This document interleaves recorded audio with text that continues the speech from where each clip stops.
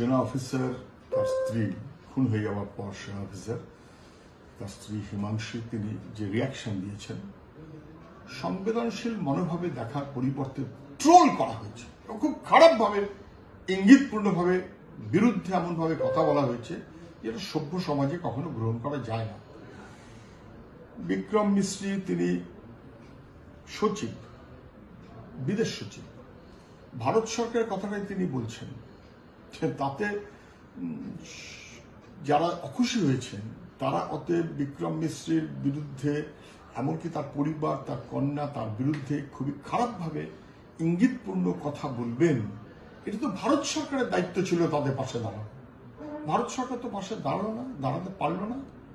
আমরা এর আগেও দেখেছি ঠিক ঠিক কথা বললেও যাকে আমার পছন্দ না, ধরুন দীপশিতা কিংবা ঐশী, তাদের সম্পর্কে যে কটু কথা বলা হয়েছে, যারা বলেছেন তার যারা মাথা সরকারে যারা আছেন, রাজ্যেও একটা কথা বলতে পারলেন না। গোটা দেশ তো দেখলো যে তারপরে যখন ছাত্রছাত্রীরা বিপদে পড়ছে তখন তাদেরকে রক্ষা করবার জন্য তাদের পাশে দাঁড়িয়ে আছে সেই দীপশিতা ঐশীরা।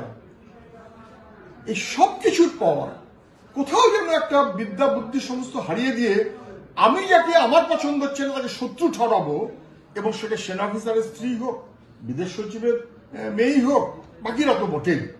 এইটা যারা করছে তারা যে অসংযত এবং অসভ্য এটাকেই স্পষ্ট করছে।